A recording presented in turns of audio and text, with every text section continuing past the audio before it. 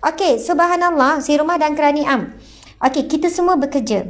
Jadi, sekarang kita nak kupas tentang tajuk perananku, pekerjaanku. Masya Allah. Mudah-mudahan masa yang suntuk yang ada ni, kita semua akan dapat sesuatu daripada pengkongsian kita dan kita bahagia dengan apa jua pekerjaan yang kita buat. Saya pengurus rumah tangga juga Ustazah. Ya, kita pengurus rumah tangga. Saya juga pengurus rumah tangga. Maksudnya housewife tu, sebab apa saya guna perkataan pengurus rumah tangga? Itu adalah istilah yang digunakan dalam bahasa Arab. Kalau suri rumah dalam bahasa Arab disebut sebagai Rabbatul Bait. Rabbatul Bait. Tolong kalau siapa yang nak tulis, suri rumah dalam bahasa Arab perkataannya adalah Rabbatul Bait. Maksud Rabbatul Bait adalah pengurus, pentadbir rumah tangga. Sebab itu kalau orang tanya, kerja apa? Boleh je nak jawab suri rumah. Dan tak salah dan betul kalau kita jawab, saya pengurus rumah tangga.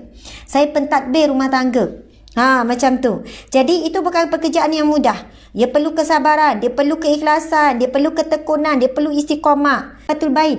Sebenarnya Rabbatul Bait maksud dia adalah pengurus rumah tangga. Sebab itu saya sangat suka guna istilah suri rumah adalah pengurus rumah tangga. Itu jawatan dia. Dan ini diberi pengiktirafan dari sudut pandangan bahasa Arab. Jadi kalau bahasa Inggeris disebut sebagai housewife. Kan, isteri rumah kalau bahasa kita lah. Suri rumah bunyi macam suri rumah. Tetapi bila kita sebut kita adalah pengurus rumah tangga, kita akan rasa kita ada tanggungjawab. Kita ada sesuatu yang kita buat. Masya Allah, Allahu Akbar. Okey, jadi apa pun pekerjaan yang sedang anda lakukan, sama ada pengurus rumah tangga ataupun bekerja di luar. Kan, ada siangnya pengurus lain, kerja lain, malam balik rumah sekian-sekian pula. Apa pun pekerjaan yang anda lakukan, insya-Allah kita jadikan pekerjaan kita adalah sesuatu yang membahagiakan. Kita dapat gaji sikit ke banyak ke, itu nombor 2. Kita dapat dipuji ke tak dipuji, itu nombor 2. Kita kena mencintai apa yang kita buat. Ada kerja analisis, ada form 3 Ustazah, ada pengurus rumah tangga ya. Anda Rabbatul Bait, ada yang kata, saya ada pengurus rumah tangga. Masya Allah. Jadi pengurus rumah tangga ni dia perlu banyak perancangan. Okey, plan nak buat apa sekian-sekian. Saya share sikit lah. Saya pernah jadi pengurus rumah tangga sepenuh masa. Beberapa tahun sebelum lepas saya nikah, saya tak nak kerja. Saya habis belajar Mesir, saya tak nak kerja. Lepas tu dah saya bekerja di JAKIM, saya ada cuti 3 tahun, saya jadi pengurus rumah tangga sepenuh masa. Memang mencabar. Tapi sahabat-sahabat sekalian, saya suka untuk mencadangkan kita semua wajib ada satu buku nota. Kita wajib ada satu buku nota, tak kira kita kerja apa pun. Ada satu buku nota, lepas tu ada pen, tak payah mahal-mahal. Yang penting praktikal. Yang mana buku nota tu kita boleh letak dalam handbag kita dan kita akan bawa ke mana-mana.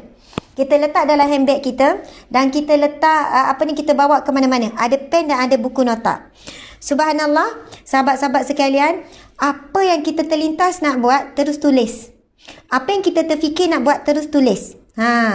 Sebab kadang-kadang idea tu datang bila tengah bawa kereta. Idea tu datang bila kita tengah beli buku kat kedai buku. Kadang-kadang idea tu datang macam-macam lah. Kita kan sebagai pengumah tangga ke sebagai wanita, Allah bagi kita banyak idea. Tapi sebab kita tak ikat idea tu dengan ditulis. Kadang-kadang kita tengok dekat Facebook, nak buat baking lah. Kita pun tulis, aku nak baking, nak buat ni. Lepas tu tengok rumah orang cantik dekor. Nak buat dekor, nak ubah suai ni. Okey, nak buat ni. Barulah tuan-tuan puan-puan, saya buat perkara tu. Daripada saya kerja, kemudian saya jadi suri rumah, sampailah sekarang, saya suka mencatat sesuatu yang saya nak buat. Yang saya terlintas. Kadang-kadang kita sebut dengan suami, bang nak buat tu lah bang, hujung minggu ni. Bang kalau ada rezeki nak buat tu lah. Sampai masa kita lupa tuan-tuan puan-puan. Okey, kalau guna istilah macam ni. Ilmu lembu diikat dengan tali, manusia diikat dengan janji. Ingatan ataupun ilmu diikat dengan tulisan. Jadi apa yang kita terfikir, contoh kadang kita kan suka tulis post di FB, kita ada ilham, wah nak tulis ni, tiba masa malam dah lupa dah, aku nak tulis apa tadi, rasa macam ayat tu best sangat, sebab kita tak tulis. Biasakan diri kita menulis apa yang kita terlintas nak buat. Kemudian bila kita buat, kita pun potong. Kita tanda done. Kita pun tanda done. Kita akan rasa, walaupun kita pengurus rumah tangga, suri rumah, kita kerja apa, kita akan rasa kita seorang yang efficient. Maksudnya, kita akan rasa macam, wah dah banyak dah buat. Sampai peringkat kan dah berapa muka surat dah banyak perkara improvement dalam hidup kita. Setengah orang niat, nak istighfar 1000 kali. Contoh kan, dia kata nak niat istighfar, nak capai. Nak capai lah ada sekali istighfar satu hari. Dia pun kata, ya Allah, dan nak apa-apalah hajat. Plan ke, tulis walaupun tak ada tarikh pun tak apa. Saya kadang-kadang tak terikat dengan tarikh. Saya tulis je apa yang saya terfikir nak buat. Dah tak tahu lagi bila buat. Tapi bila saya balik, nak buat benda ni lah hari ni. Yang ni sebab kita tak buat deadline, kita tak buat apa kan. Kita pun dah buat, kita pun potong. Dah buat pun.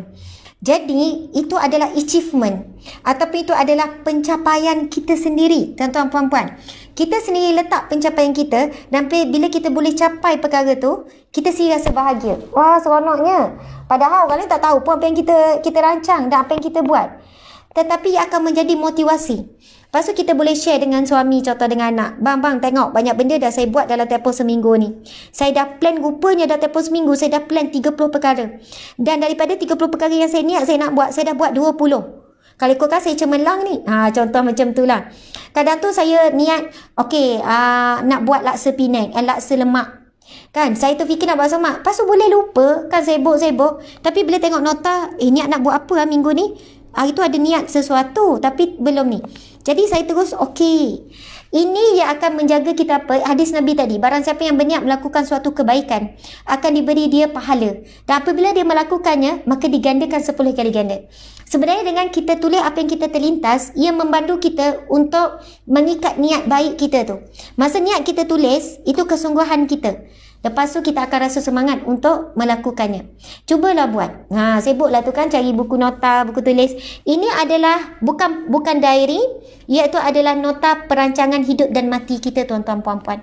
Kalau kita happy tengok hasil daripada buku kita tu, insya-Allah kita juga akan happy bila dapat buku di mahsyar kelak. Mudah-mudahan kita akan dapat buku catatan. Buku catatan daripada sebelah kanan. Jadi, ketika saat kita hidup, kita dah boleh dah. Wish list, to-do list, benda macam tu lah. Terus ingat kena masak laksa. Betul tu Ustazah. Sungguh, lama tak makan laksa kuah putih. Kalau kita siapkan assignment pun satu kebaikan ke Ustazah. Ya, ada yang tanya Ustazah, siapkan assignment tu, itu satu amal soleh. Ya, amal soleh belajar, menuntut ilmu.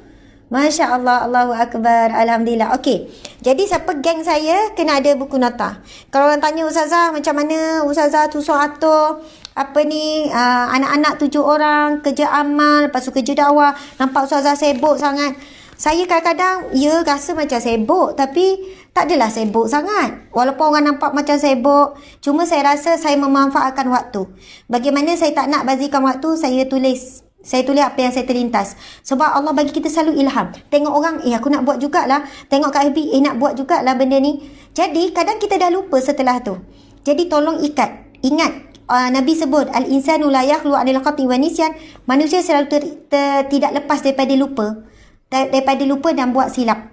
Jadi, kita tahu kelemahan kita lupa, tulis. Nanti kita tahu esok nak buat apa. Jadi, hidup kita akan selalu terisi, termotivasi. Kita tak sempat nak layan yang sedih-sedih ke. Subhanallah, Allahu Akbar. Terima kasih semua.